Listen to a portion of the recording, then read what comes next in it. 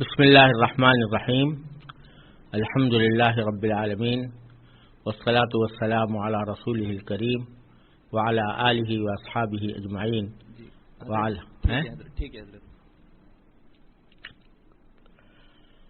أعوذ بالله من الشيطان الرجيم.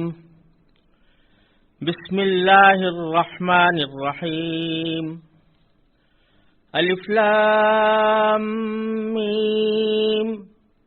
ذلك الكتاب لا ريب فيه هدى للمتقين الذين يؤمنون بالغيب ويقيمون الصلاة ومما رزقناهم ينفقون والذين يؤمنون بما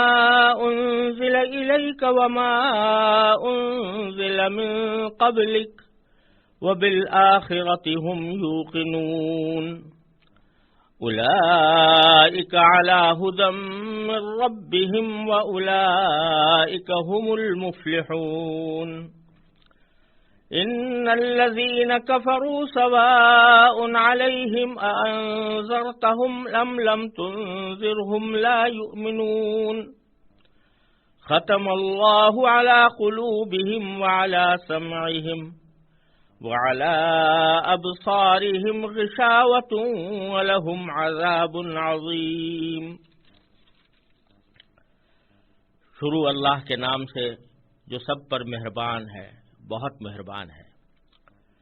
الف لام میم، یہ کتاب ایسی ہے کہ اس میں کوئی شک نہیں. یہ ہدایت ہے ان ڈر رکھنے والوں کے لیے جو بے دیکھی چیزوں پر ایمان لاتے ہیں اور نماز قائم کرتے ہیں، اور جو کچھ ہم نے انہیں دیا ہے اس میں سے اللہ کی خوشنودی کے کاموں میں خرچ کرتے ہیں، اور جو اس وحی پر بھی ایمان لاتے ہیں جو آپ پر اتاری گئی اور اس پر بھی جو آپ سے پہلے اتاری گئی، اور آخرت پر وہ مکمل یقین رکھتے ہیں. یہ ہیں وہ لوگ جو اپنے پروردگار کی طرف سے صحیح راستے پر ہیں، اور یہی وہ لوگ ہیں جو فلاح پانے والے ہیں. بے شک وہ لوگ جنہوں نے کفر اپنا لیا ہے ان کے حق میں دونوں باتیں برابر ہیں، چاہے آپ ان کو ڈرائیں یا نہ ڈرائیں وہ ایمان نہیں لائیں گے. اللہ نے ان کے دلوں پر اور ان کے کانوں پر مہر لگا دی ہے، اور ان کی آنکھوں پر پردہ پڑا ہوا ہے، اور ان کے لیے زبردست عذاب ہے. یہ سورہ بقرہ کا پہلا رکوع ہے جس کی میں نے تلاوت کی، اور اس کے بعد اس کا لفظی ترجمہ آپ حضرات کے سامنے پیش کیا. یہ سورہ بقرہ قرآن کریم کی سب سے لمبی سورت ہے، اور جب حضرات صحابہ کرام رضی اللہ تعالی عنہم اجمعین نے قرآن کریم کی سورتوں کو ایک ترتیب کے ساتھ مرتب فرمایا تو اس میں اس سورت کو سب سے پہلے، یعنی سورہ فاتحہ کے بعد سب سے پہلے رکھا گیا.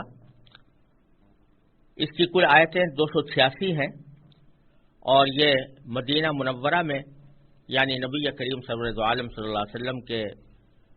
مکہ مکرمہ سے مدینہ طیبہ کی طرف ہجرت کرنے کے بعد نازل ہوئیں. اور اس کی 67 سے لے کر 73 تک کی آیتوں میں چونکہ گائے کا واقعہ مذکور ہے، اس لیے اس سورت کا نام سورہ بقرہ ہے، کیونکہ بقرہ عربی میں گائے کو کہتے ہیں. اس سورت کے مضامین پر اگر غور کیا جائے تو معلوم ہوتا ہے کہ اس کا بنیادی موضوع ایمان اور عمل صالح ہے، کیونکہ دین انہی دو چیزوں سے مرکب ہے. دین جس بات کی طرف دعوت دیتا ہے وہ ایک یہ کہ ایمان لایا جائے ان عقیدوں پر جو واقعے کے مطابق ہیں، اور اس کے ساتھ ساتھ اس ایمان کے مطابق اپنی زندگی کو گزارا جائے اور اس میں نیک عمل کیے جائیں. تو اس صورت میں بھی ایک پہلا حصہ ایمان سے متعلق ہے، اس میں یہ بتایا گیا ہے کہ ایمان کس چیز کا نام ہے، کن چیزوں پر ایمان لانا ضروری ہے اور کن چیزوں پر ایمان نہیں لانا چاہیے، اور ایمان کے بارے میں انسانوں کے جو 3 گروہ ہیں، یعنی ایک وہ جو اللہ تبارک و تعالیٰ کے اس دین پر ایمان لائے جنہیں مومن یا مسلمان کہا جاتا ہے، اور دوسرے وہ جنہوں نے ایمان لانے سے انکار کیا جن کو کافر کہا جاتا ہے، اور ایک تیسرا گروہ منافقین کا ہے کہ جو زبان سے تو ایمان لے آیا تھا لیکن دل سے ایمان نہیں لایا تھا۔ ان 3 قسموں کا بیان سورت کے شروع میں کیا گیا ہے، اور پھر یہ بات ظاہر کرنے کے لیے کہ جن باتوں پر ایمان لانے کی دعوت حضور نبی کریم سرور دو عالم صلی اللہ علیہ وسلم نے دی ہے، وہ کوئی آپ کی خصوصیت نہیں ہے، بلکہ جب سے انسان پیدا ہوا اس وقت سے ہی اس کی سرشت میں یہ بات رکھی گئی تھی کہ وہ ان باتوں پر ایمان لائے۔ اس بات کو واضح کرنے کے لیے قرآن کریم نے حضرت آدم علیہ السلام کی تخلیق کا واقعہ بیان فرمایا ہے تاکہ انسان کو اپنی پیدائش کا مقصد معلوم ہو۔ اس کے بعد آیات کے ایک طویل سلسلے میں بنیادی طور پر خطاب یہودیوں سے ہے جو بڑی تعداد میں مدینہ منورہ کے آس پاس آباد تھے، اور ان کے ماضی کے واقعات ان کو یاد دلائے گئے ہیں، جن کا خلاصہ یہ ہے کہ حضرت موسیٰ علیہ السلام کو تورات عطا فرمائی گئی تھی، اور بنی اسرائیل پر لازم کیا گیا تھا کہ وہ اس تورات کے احکام پر پوری طرح عمل کریں، اور اسی وجہ سے ان کو پوری انسانیت کا امام بنایا گیا تھا۔ لیکن بنی اسرائیل نے ان احکام پر عمل کرنے کے بجائے اللہ تبارک و تعالیٰ کے احکام کی نافرمانی شروع کی۔ ان پر اللہ تعالیٰ نے جو نعمتیں نازل فرمائیں اس پر انہوں نے ناشکری اور نافرمانی سے کام لیا۔ اس کا مفصل بیان اس سورہ بقرہ کے ایک طویل حصے میں کیا گیا ہے، اور اس طرح یہ واضح کیا گیا ہے کہ اب یہ لوگ انسانیت کی امامت اور انسانیت کے لیے داعی بننے کے اہل نہیں رہے، کیونکہ انہوں نے حضرت موسیٰ علیہ السلام کی لائی ہوئی تعلیمات کی خلاف ورزی کی اور جا بجا سرکشی کا مظاہرہ کیا۔ لہذا اب یہ منصب امامت تبدیل کیا جائے گا۔ اور اس سلسلے میں پارے کے آخر میں حضرت ابراہیم علیہ السلام کا تذکرہ باری تعالیٰ نے فرمایا ہے، کیونکہ حضرت ابراہیم علیہ السلام وہ بزرگ ہیں جن کو یہودی بھی اپنا پیشوا مانتے ہیں، عیسائی بھی اپنا پیشوا مانتے ہیں، اور عرب کے بت پرست مشرکین بھی حضرت ابراہیم علیہ السلام کو اپنا مقتدی سمجھتے تھے۔ ان سب کو یاد دلایا گیا ہے کہ وہ خالص توحید کے قائل تھے اور انہوں نے کبھی کسی قسم کے شرک کو گوارا نہیں کیا۔ اسی لیے ان حضرت ابراہیم علیہ السلام کے واقعے کے اندر یہ بات واضح فرمائی گئی ہے کہ ابراہیم علیہ السلام نے جب یہ فرمایا تھا کہ منصب امامت جس طرح آپ نے مجھے عطا فرمایا ہے تو میری اولاد کو بھی عطا فرمائیے، تو اللہ تبارک و تعالی نے اس کے جواب میں یہ فرمایا تھا کہ آپ کی اولاد میں جو لوگ صحیح راستے پر ہوں گے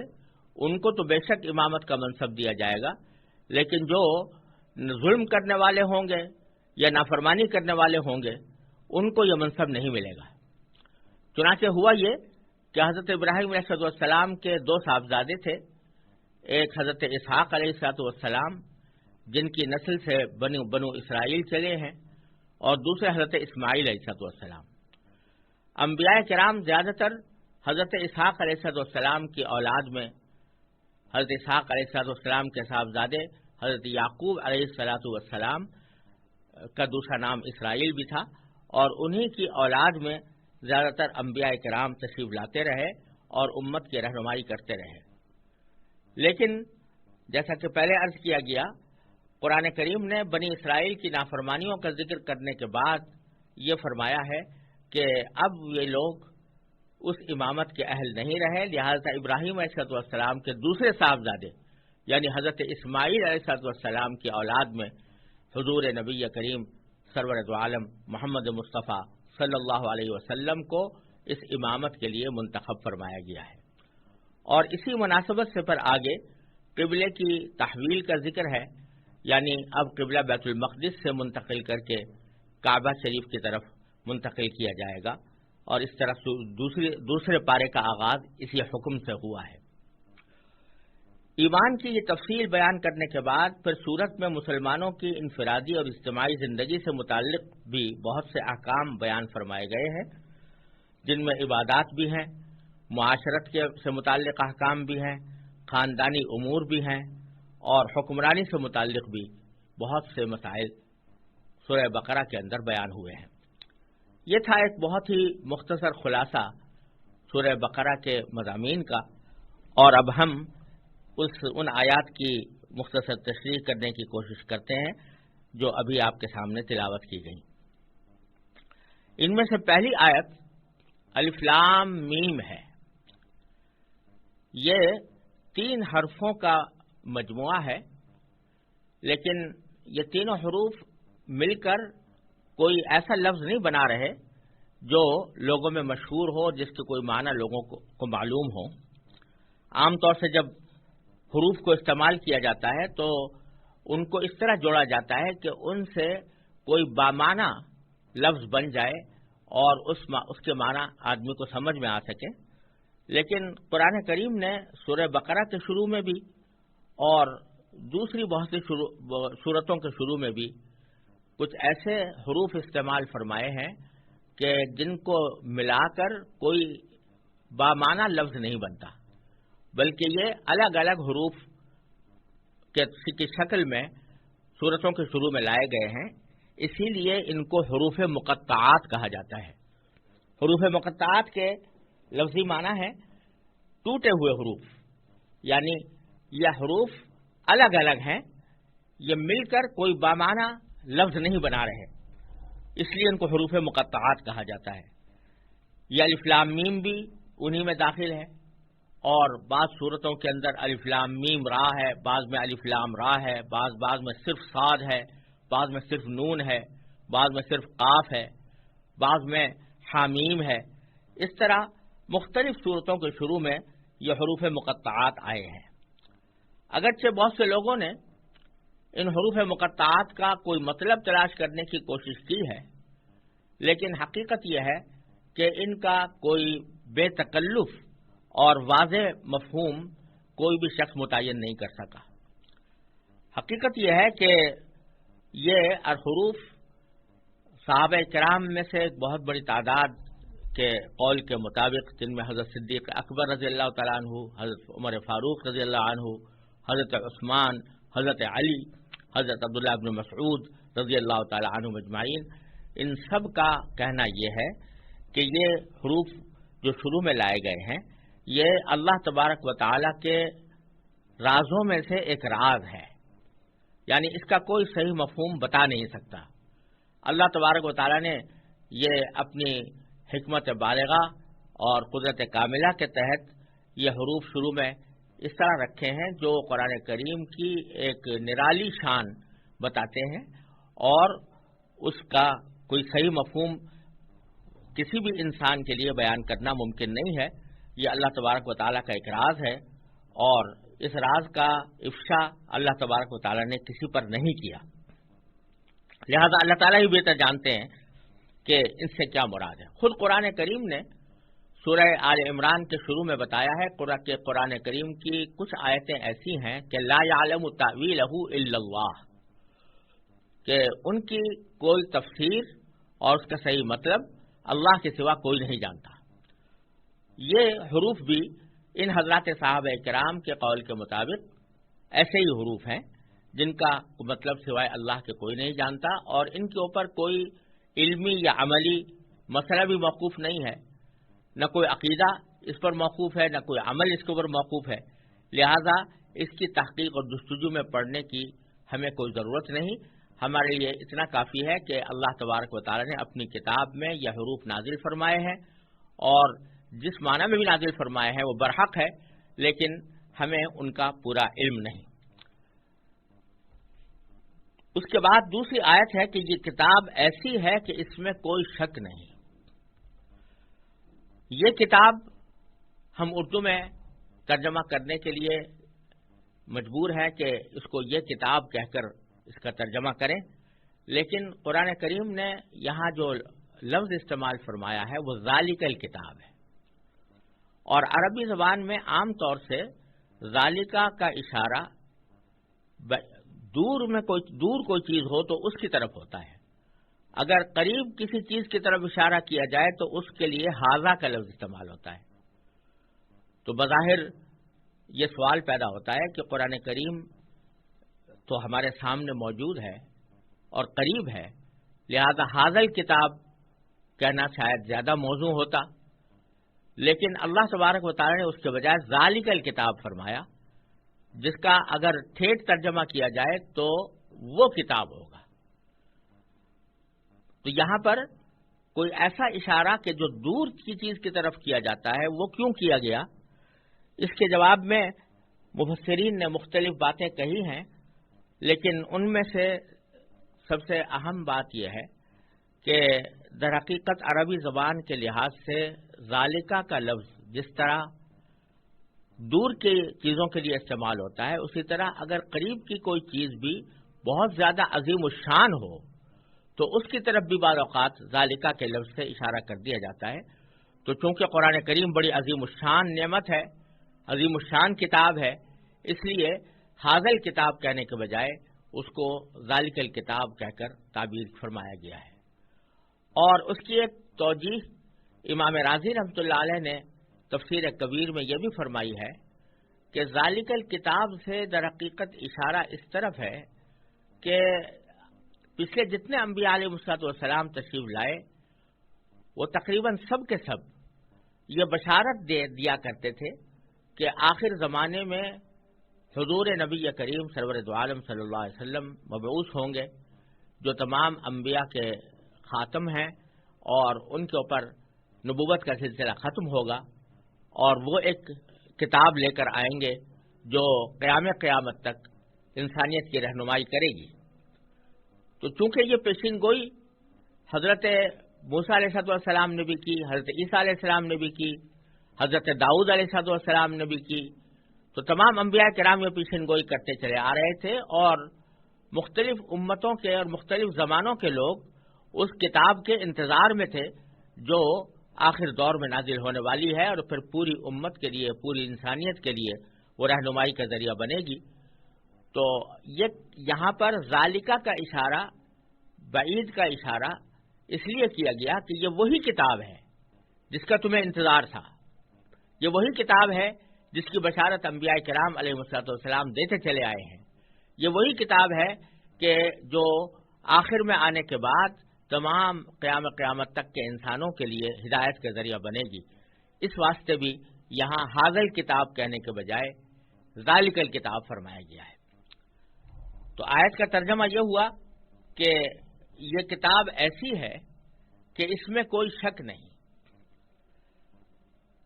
یعنی اول تو اس کے کتاب الہی ہونے میں کوئی شک نہیں، اس بات میں کوئی شک و شبے کی گنجائش نہیں کہ یہ اللہ تبارک و تعالیٰ کی طرف سے نازل کی ہوئی ہے، اور دوسرے اس کتاب میں جتنی باتیں کہی گئی ہیں وہ سب کسی شک و شبے کے بغیر درست ہیں۔ انسان کی لکھی ہوئی کسی کتاب کو 100% شک سے بالاتر نہیں سمجھا جا سکتا، کیونکہ انسان کتنا ہی بڑا عالم ہو اس کا علم محدود ہوتا ہے، اور اکثر اس کی کتاب اس کے ذاتی خیالات پر مبنی ہوتی ہے، لیکن چونکہ یہ کتاب اللہ تبارک و تعالیٰ کی ہے جس کا علم لامحدود بھی ہے اور 100% یقینی بھی ہے، اس لیے اس میں کسی شک کی گنجائش نہیں۔ اگر کسی کو کوئی شک ہو تو یہ اس کی ناسمجھی کی وجہ سے ہوگا، غلط فہمی کی وجہ سے ہوگا، لیکن کتاب کی کوئی بات اپنی ذات میں شبے والی نہیں ہے، شک والی نہیں ہے۔ پھر اس کتاب کا ایک بنیادی وصف یہ بیان فرمایا گیا کہ یہ ہدایت ہے ان ڈر رکھنے والوں کے لیے، ھدی للمتقین، یہ ہدایت ہے ڈر رکھنے والوں کے لیے۔ یعنی اس کا ایک مطلب یہ ہو سکتا ہے کہ یہ جو لوگ اپنے دل میں یہ خوف رکھتے ہیں اور اس بات کا دھیان رکھتے ہیں کہ ان کا کوئی کام، ان کا کوئی عقیدہ، ان کی کوئی فکر غلط سمت پہ نہ جا پڑے، تو ان لوگوں کو یہ کتاب ہدایت عطا فرماتی ہے۔ جس آدمی کو کوئی پرواہ ہی نہ ہو کہ حق کیا ہے اور باطل کیا ہے، صحیح کیا ہے اور غلط کیا ہے، اس کے دل میں طلب ہی نہ ہو، وہ یہ جاننا ہی نہیں چاہتا کہ صحیح راستہ کیا ہوتا ہے، اس کے لیے یہ ہدایت کا سبب نہیں بنتی، لیکن ان لوگوں کے لیے ہدایت کا سبب بنتی ہے کہ جو دل میں ڈر رکھنے والے ہیں، یعنی طلب رکھنے والے ہیں، کہ جن کے دل میں حق کی طلب ہے، جو حق کے طالب ہیں، جو چاہتے ہیں کہ جاننا چاہتے ہیں کہ حق کیا ہے، ان کے لیے یہ ہدایت کا سبب ہے۔ یوں تو اس ہدایت کے دو معنی ہوتے ہیں۔ ایک ہدایت کے معنی یہ ہوتے ہیں کہ کسی کو صرف سمجھا دیا جائے کہ صحیح راستہ کیا ہے، اور دوسرے ہدایت کے معنی یہ ہے کہ اس کو ہدایت منزل تک پہنچا دیا جائے۔ تو پہلی قسم کی ہدایت تو قرآن کریم ہر انسان کو دیتا ہے، چاہے وہ کافر ہو، مسلمان ہو، فاسق و فاجر ہو یا نیک ہو، ان سب کو ہدایت دیتا ہے۔ اسی لیے سورہ بقرہ ہی کی ایک آیت میں آگے اللہ تبارک و تعالیٰ نے یہ ارشاد فرمایا کہ شہر رمضان الذی انزل فیہ القرآن ھدی للناس، کہ یہ ہدایت ہے تمام انسانوں کے لیے، یعنی اس میں کافر اور مسلم سب برابر ہیں۔ وہ اس معنی میں ہدایت ہے کہ راستہ سب کو بتاتی ہے، کافر کو بھی بتاتی ہے اسلام اور مسلمان کو بھی بتاتی ہے، لیکن یہاں یہ فرمایا جا رہا ہے کہ اس ہدایت سے فائدہ اٹھانے والے وہی ہیں جو متقی ہوتے ہیں، جن کے دل میں یہ ڈر ہوتا ہے کہ ہم کہیں کسی غلط راستے پر نہ جا پڑیں، کہیں ہمارا کوئی عمل اللہ تعالیٰ کی مرضی کے خلاف نہ ہو جائے۔ اس واسطے کہا گیا کہ یہ ہدایت ہے ڈر رکھنے والوں کے لیے، اور کیونکہ اس ہدایت کا فائدہ انہی کو پہنچتا ہے جو اس قرآن کریم کی بات مان کر اس کے تمام احکام اور تعلیمات پر عمل کریں۔ ڈر رکھنے کا مطلب یہ ہے کہ انسان یہ بات ہمیشہ پیش نظر رکھے کہ اسے ایک دن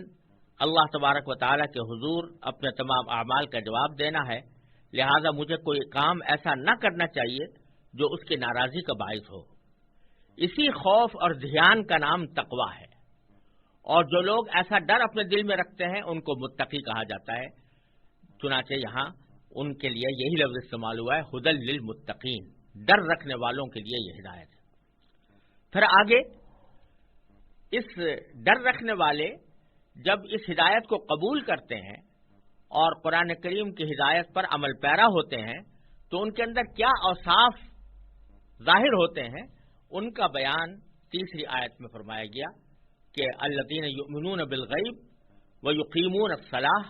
ومما رزقناہم ینفقون، یعنی جو بے دیکھی چیزوں پر ایمان لاتے ہیں اور نماز قائم کرتے ہیں اور جو کچھ ہم نے انہیں دیا ہے اس میں سے اللہ کی خوشنودی کے کاموں میں خرچ کرتے ہیں۔ تین صفتیں یہاں بیان فرمائی گئی۔ پہلی یہ کہ جو بے دیکھی چیزوں پر ایمان لاتے ہیں، یہاں ایک بہت بڑی حقیقت کی طرف اشارہ فرمایا گیا ہے، اور وہ یہ کہ اس دنیا میں جو ایمان معتبر ہے اور جو اللہ تعالیٰ کے ہاں قبول ہے، یہ ایمان ہے ان چیزوں پر جو آنکھوں سے نظر نہیں آ رہی، لیکن انسان اپنی عقل سے ذرا بھی سوچے گا تو وہ اس کو ایک حقیقت نظر آئیں گی۔ ایسی چیزوں پر ایمان لانا، اس کو ایمان بالغیب کہا جاتا ہے، یعنی بے دیکھی چیزوں پر ایمان لانا۔ جیسے اللہ تبارک و تعالیٰ کا وجود ہے اور اللہ تعالیٰ کا ایک ہونا ہے، تو اللہ تبارک و تعالیٰ ہمیں آنکھوں سے نظر نہیں آ رہے ہیں اور نہ اس دنیا میں آنکھوں سے نظر آ سکتے ہیں، لیکن اس کے باوجود اس کائنات میں پھیلی ہوئی بے شمار اشیاء اللہ تبارک و تعالیٰ کے وجود پر اور اس کی توحید پر دلالت کرتی ہیں۔ انسان اگر اپنی عقل سے کام لے اور صحیح طریقے سے سوچنے سمجھنے کی کوشش کرے تو اس کو اللہ تبارک و تعالیٰ کے وجود اور اس کی توحید پر ایمان لانا پڑتا ہے اور اس کو قبول کرنا پڑتا ہے۔ کسی کے دل میں یہ خیال پیدا ہو سکتا ہے، اور آج کل بہت سے لوگوں کے دل میں یہ شبہ ہوتا ہے کہ جو چیز ہم آنکھوں سے دیکھ نہیں پا رہے تو اس پر کیسے ایمان لائیں، کیونکہ جب تک آنکھوں سے کوئی چیز دیکھنے نہ لی جائے اس وقت تک اس کا یقین نہیں ہوتا۔ تو یہ خیال بالکل غلط ہے، اس لیے کہ اس دنیا کے اندر بھی جن چیزوں کا ہمیں یقین ہوتا ہے وہ ساری ایسی نہیں ہوتی کہ ہم انہیں آنکھوں سے دیکھ سکیں. بے شمار چیزیں ایسی ہیں کہ ہم ان کو آنکھوں سے نہیں دیکھ رہے ہوتے، لیکن ان کی علامتوں سے، ان کے قرائن سے اور ان کے پھیلے ہوئے دلائل کی وجہ سے ہم ان پر یقین کرتے ہیں. ایک سادہ سی مثال یہ ہے کہ اگر آپ فضا میں کوئی مسافر جہاز اڑتا ہوا دیکھیں تو آپ کو اڑتا ہوا جہاز تو نظر آ رہا ہے اور اس کا چلانے والا آپ کو نظر نہیں آ رہا، لیکن اس کو نہ دیکھنے کے باوجود آپ مکمل یقین کے ساتھ کہہ سکتے ہیں کہ اس جہاز کے اندر کوئی چلانے والا بیٹھا ہوا ہے، اس کا کوئی پائلٹ ہے جو اس کو اڑا رہا ہے. حالانکہ اس پائلٹ کو آپ نہیں دیکھ رہے، لیکن چونکہ یہ بات معلوم ہے کہ جہاز، خاص طور سے مسافر جہاز، وہ بغیر کسی پائلٹ کے نہیں اڑ سکتا، تو اس واسطے آپ یقین کے ساتھ کہہ دیتے ہیں کہ اس کا کوئی نہ کوئی پائلٹ موجود ہے. اب یہاں وہ پائلٹ نظر نہ آنے کے باوجود آپ اس کو ایک یقین کے ساتھ موجود تصور کرتے ہیں. اگر آپ کسی جگہ پر ہیں اور وہاں بارش برس رہی ہے تو چاہے وہ آپ کو بادل نظر نہ آ رہے ہوں، لیکن بارش کے قطروں سے آپ یہ یقین کر سکتے ہیں کہ اوپر بادل ہے جو یہ بارش برسا رہا ہے. تو غرض اس دنیا کے اندر بے شمار چیزیں ایسی ہیں جو صرف آنکھوں سے دیکھ کر نہیں مانی جاتی، بلکہ اپنی عقل سے سوچ کر مانی جاتی ہیں. تو اسی طرح اللہ تبارک و تعالیٰ کا وجود، اللہ تبارک و تعالیٰ کی توحید اور وحدانیت یہ ایسی چیز ہے کہ جو اگرچہ آنکھوں سے نظر نہیں آ رہی، لیکن کائنات میں پھیلے ہوئے بے شمار دلائل انسان کو اس نتیجے تک پہنچاتے ہیں کہ اس کائنات کا کوئی خالق ہے، کوئی پیدا کرنے والا ہے اور وہ ایک ہے. یہ آپ دیکھتے ہیں کہ یہ پورا عالم، پوری دنیا ایک منظم اور مستحکم نظام کے تحت چل رہی ہے. سورج ایک خاص وقت پر نکلتا ہے، خاص وقت پر غروب ہو جاتا ہے. چاند ستارے ایک خاص وقت پر نکلتے ہیں اور غروب ہو جاتے ہیں، ان میں ایک لمحے کا بھی کہیں فرق نہیں آتا. یہ سمندر، یہ پہاڑ، یہ دریا، یہ جنگل اور یہ نباتات، یہ حیوانات، ان میں سے ہر چیز اس بات کی گواہی دے رہی ہے کہ اس کائنات کا کوئی خالق ہے. تو اگرچہ اس خالق کو ہم آنکھوں سے نہیں دیکھ رہے، لیکن اس پر ایمان لاتے ہیں اس عقل کی وجہ سے جو ہمیں اس تک رہنمائی کرتی ہے. تو قرآن کریم کا فرمانا یہ ہے کہ انسان کو در حقیقت اس کائنات، اس دنیا میں بھیجا ہی اس لیے گیا ہے کہ وہ اپنی عقل اور سمجھ سے کام لے کر ان حقیقتوں پر ایمان لائے کہ جو اگرچہ اس کو آنکھوں سے نظر نہیں آ رہی، لیکن دلائل ان کے اوپر موجود ہیں. تو اسی کا نام ایمان بالغیب ہے. چنانچہ متقیوں کی پہلی صفت یہ بیان فرمائی گئی کہ وہ ایمان لاتے ہیں بے دیکھی چیزوں پر، جن میں اللہ تبارک و تعالیٰ بھی شامل ہے، جس میں اللہ تعالیٰ کے فرشتے بھی شامل ہیں، اللہ تعالیٰ کی نازل کی ہوئی وحی بھی شامل ہے کہ اس وحی کو نازل ہوتے ہوئے ہم نے نہیں دیکھا، لیکن ہم اس کی حقانیت پر ایمان لاتے ہیں. اور اسی طرح مرنے کے بعد جو دوسری زندگی آنے والی ہے، آخرت کی زندگی، وہ بھی اس میں شامل ہے.